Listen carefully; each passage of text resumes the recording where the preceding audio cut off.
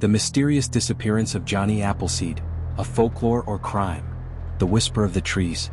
Imagine you're standing on the edge of a forgotten town. The air here feels older, thicker, as if time itself has grown stagnant and uncomfortable. The wind carries a sickly sweetness, like the scent of rot disguised in the sweetness of overripe fruit. This place, once a bustling settlement, has long since been swallowed by the creeping fingers of the forest. No one visits anymore. No one dares to. But that doesn't stop you. No, you ventured too far already. You sought answers. You needed them. And in this forgotten corner of the world, in the dead of night, answers are exactly what you'll find. The locals had told you the story of Johnny Appleseed, though they called him John Appleseed, for reasons you couldn't quite understand. They said he was a man of mystery, a shadow who drifted into town over 200 years ago, wearing the guise of a humble, oddball wanderer who carried sacks full of apple seeds. He was said to plant them wherever he went, leaving behind a trail of trees that stretched across the land. But there were rumors, horrifying whispers that snaked their way through the cracks in the town's crumbling walls. Do not trust the apples, they'd warned. Do not eat them. They grow from his seeds. Yet, like all forbidden knowledge, the temptation to dig deeper is almost irresistible. The path to the old orchard, the one that had once been Johnny's, is long gone, choked by years of decay and the wild growth of the land. But you found it. Of course you did. Deep in the woods, you saw the twisted remnants of what could have been trees once cared for, their branches now gnarled and broken, like the hands of an old man reaching for something or someone. There was an uneasy stillness in the air as you approached the heart of the orchard. The trees, they watched you.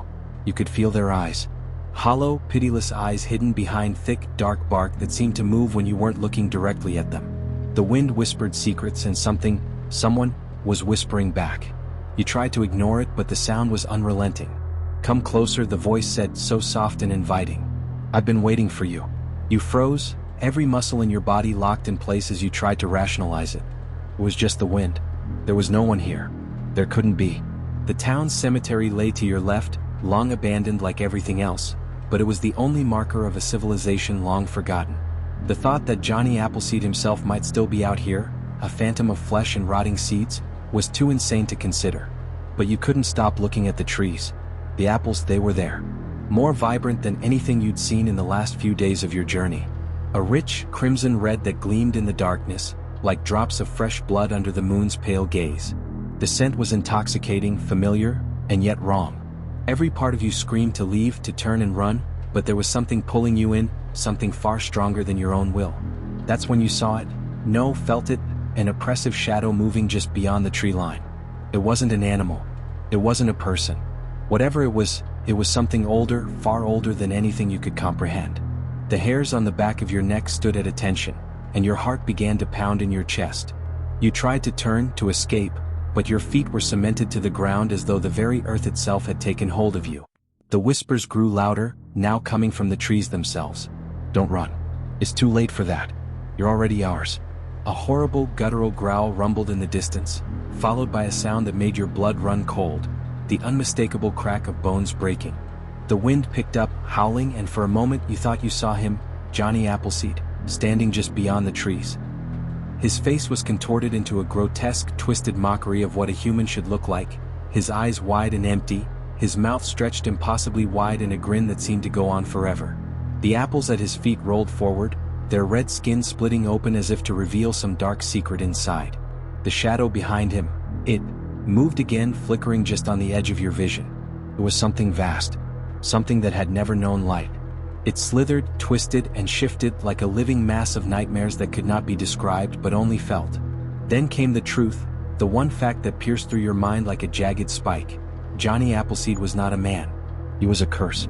He wasn't here to plant seeds for orchards, but to plant something far more sinister, seeds of madness, of decay, of rot that spread like wildfire through both body and mind. And once you ate one of his apples, you were already dead. The ground trembled beneath your feet, and the trees seemed to shift closer, their branches reaching out as though they had a mind of their own. You felt the unmistakable touch of something cold and wet on your ankle, like fingers, though you hadn't seen anyone near you. The whispers around you turned to voices, to screams, to words you couldn't understand, just a constant cacophony that drowned out everything else. Your breath caught in your throat as the world began to distort, reality itself bending as something far darker closed in. But then the whispers stopped. The wind ceased, and in the silence, a single voice, soft yet commanding, filled your ears. You will stay.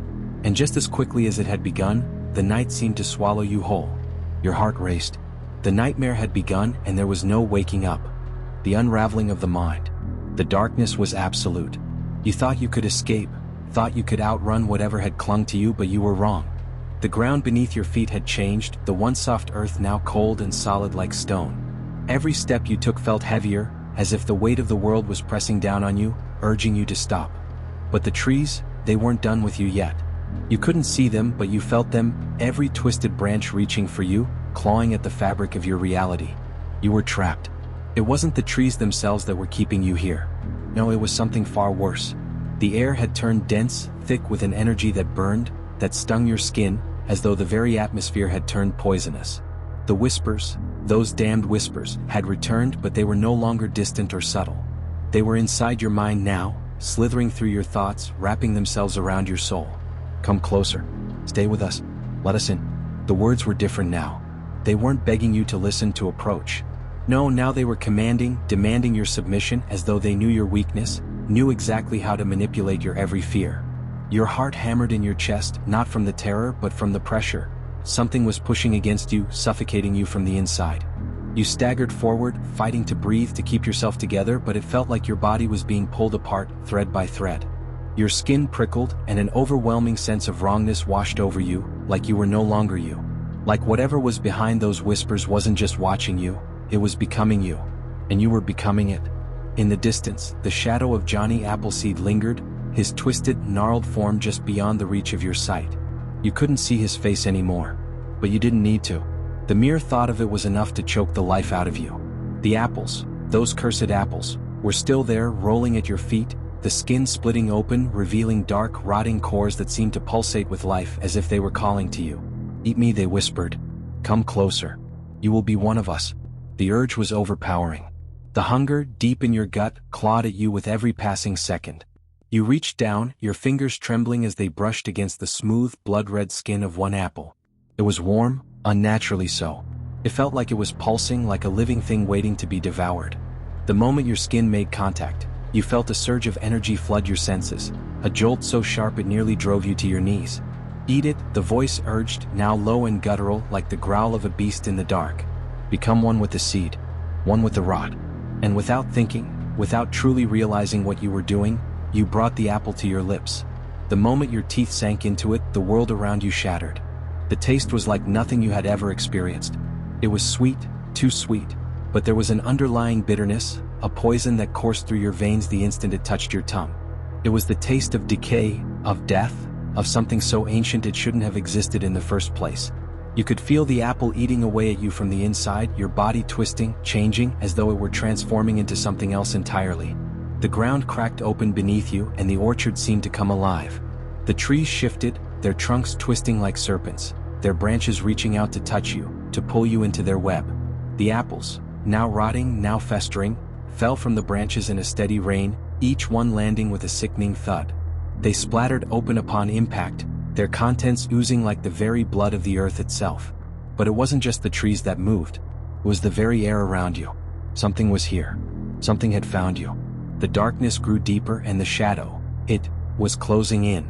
The air around you thickened, pressing in on you from all sides, and you could feel the weight of its gaze. It was ancient. It was hungry. It knew you were here, and it wanted you. You could hear it now. It was speaking to you. Not in words, but in the language of the mind, a presence so vast that it didn't need to be seen to be understood. You've made your choice. You will join us. There is no turning back. Your heart screamed. No, no, please. Let me go. I didn't mean to. You ate the apple. The voice was cold, devoid of mercy. Now you belong to the seed. You screamed, loud, frantic, but no sound left your mouth. Your voice had been stolen just like everything else. The trees closed in tighter, the shadows twisting and warping into forms that couldn't be described, their eyes watching, waiting. You tried to run, tried to escape, but your body refused to obey. The curse was already inside you, gnawing at your very soul. And that's when you saw it. Johnny Appleseed's grin, twisted, grotesque, impossibly wide, appeared before you, his face no longer human but something monstrous. His hands stretched out toward you, his fingers long and twisted like the roots of the very trees that surrounded you. His mouth opened, a black void swallowing the light, and you realized too late that there was nothing left for you to escape to. The world around you collapsed. The orchard, the trees, the apples, all of it melted away, replaced by darkness so pure, so suffocating that it pressed against you from all sides. You were no longer sure where you ended and the shadow began. You couldn't breathe. You couldn't scream. You could only feel the weight of the curse, Johnny's curse, gnawing at the edge of your sanity, dragging you deeper into the abyss. And then, as if the nightmare were never meant to end, you heard it again. The whisper. You are part of the seed now. Forever. And so, the story ends. Or does it? You felt it, didn't you? That sensation creeping just under your skin like a presence watching you, waiting. There's no escaping now. If you're hearing this, you're already a part of it. The curse has found you. But you can still escape. All you have to do is make a choice. Will you leave it behind and forget everything? Or will you subscribe and follow the path that has already begun? The seed is planted. And you know what happens next.